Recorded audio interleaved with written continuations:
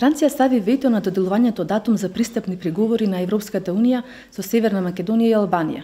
Францускиот председател Макрон најави и реформа на преговарачката процедура, но сепак не изнесе предлози за тоа. Постои ли некој нацрт документ со кој Париз наскоро ќе излезе со конкретни предлози што би содржала новата методологија? Alors d'abord, je souhaiterais rectifier un terme que vous avez utilisé. Ce n'est pas un veto de la France, ce n'est pas un rejet. La France ne veut pas bloquer le processus. La France a simplement exprimé, de façon négative certes, le fait que l'Union européenne n'est peut-être pas aujourd'hui prête à accueillir de nouveaux pays et qu'il est nécessaire de revoir un certain nombre de critères qui facilite l'entrée et l'accession de nouveaux pays, de candidats. Donc ça, cette rectification est importante parce que je comprends parfaitement que le signal donné paraît très négatif et qu'il peut y avoir un sentiment, une réaction contre la France et contre sa position, mais celle-ci doit être comprise et que ce n'est pas du tout une action négative envers la Macédoine. Je crois que la France considère, comme l'ensemble des pays européens, que la Macédoine fait partie du continent européen, mais qu'il est nécessaire aujourd'hui pour l'Union européenne de se réformer en interne. Alors, cela dépend du président de la République, de l'exécutif et non pas du Parlement dont je fais partie. Moi, simplement, ce que je peux vous dire, c'est que les relations entre les parlements macédoniens et français sont excellentes. Nous avons eu une délégation qui est venue à Paris il y a quelques jours. Je suis ici dans ce dialogue continu que nous devons avoir au niveau parlementaire et que la diplomatie parlementaire est très active, comme peut l'être notre ambassadeur qui aujourd'hui porte la parole de la France en Macédoine et essaye d'expliquer notre position. Сепак, дали постои некаков временски рок кога тие измени Париз би ги изнел во јавноста и пред членките на Европската унија? Alors, il est tout à fait normal que, suite à la déclaration du président Macron de la nécessité de réformer les critères d'admission, eh bien, la France fasse des propositions. Je sais que l'exécutif y travaille, mais je ne suis pas en mesure de vous donner un calendrier. Ce que je peux dire, c'est qu'il y a un certain sentiment d'urgence qui est apprécié par l'exécutif français quant à la nécessité d'avancer le plus vite possible pour apporter en effet une position, une clarification de ce qui est attendu de la Macédoine et de l'Albanie. На земјите во регионот, наместо полноправно членство од високи европски кругови, произлезе размислувањето за алтернатива која се вика Европска економска зона. Форма на поширок европски пазар, но не и членство во политичките институции за соседите на Европската унија, што Скопје гладко ја одби како предлог. Каков е ставот на Париз по ова прашање? Écoutez, cela n'a jamais été discuté ni transmis au Parlement français. Je n'ai pas connaissance de l'existence d'un tel document. Je pense qu'aujourd'hui, nous parlons d'une adhésion pleine et entière de la Macédoine et de l'Albanie. Je ne pense pas que ce qui est proposé par la France aujourd'hui dans la réforme des critères aille au-delà de ce que le président français a dit comme nécessité de réformer ces critères-là. А вие сте автор на извештајот во Сенатот за одбраната во регионот. Дали ваквата одлука на Франција за недоделување датум за преговори на Скопје и Тирана може да има влијание врз стабилноста и безбедноста во регионот?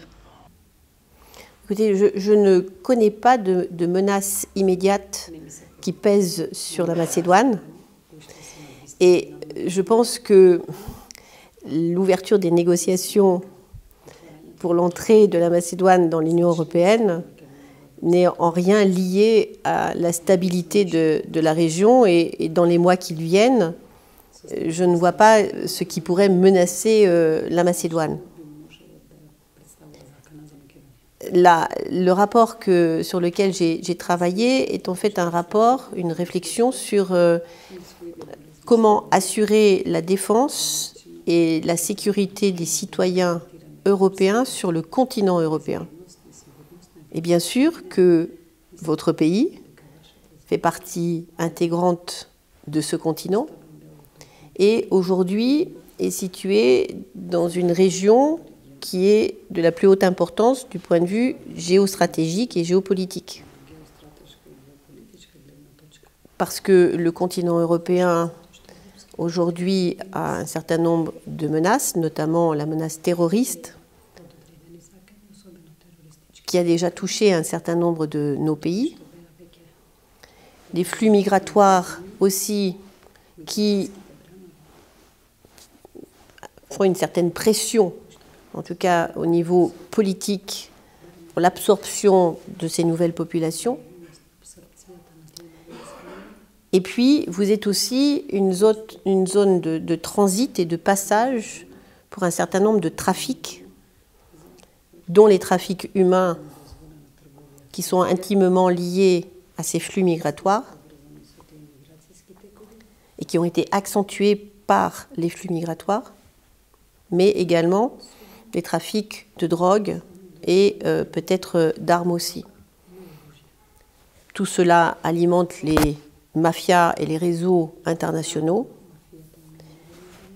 et nous devons y apporter une réponse collective et ne pas laisser les pays qui sont en première ligne souffrir et devoir régler seuls ces problèmes. D'où l'importance de cette réflexion collective et de cette action et réaction collective au niveau européen. Процедурата за ратификација на протоколот за членство на нашата земја во НАТО е во тек. До сега 26 земји членки на Алијансата ја завршија ратификацијата, а во Франција процедурата е, може да се каже, на половина пат.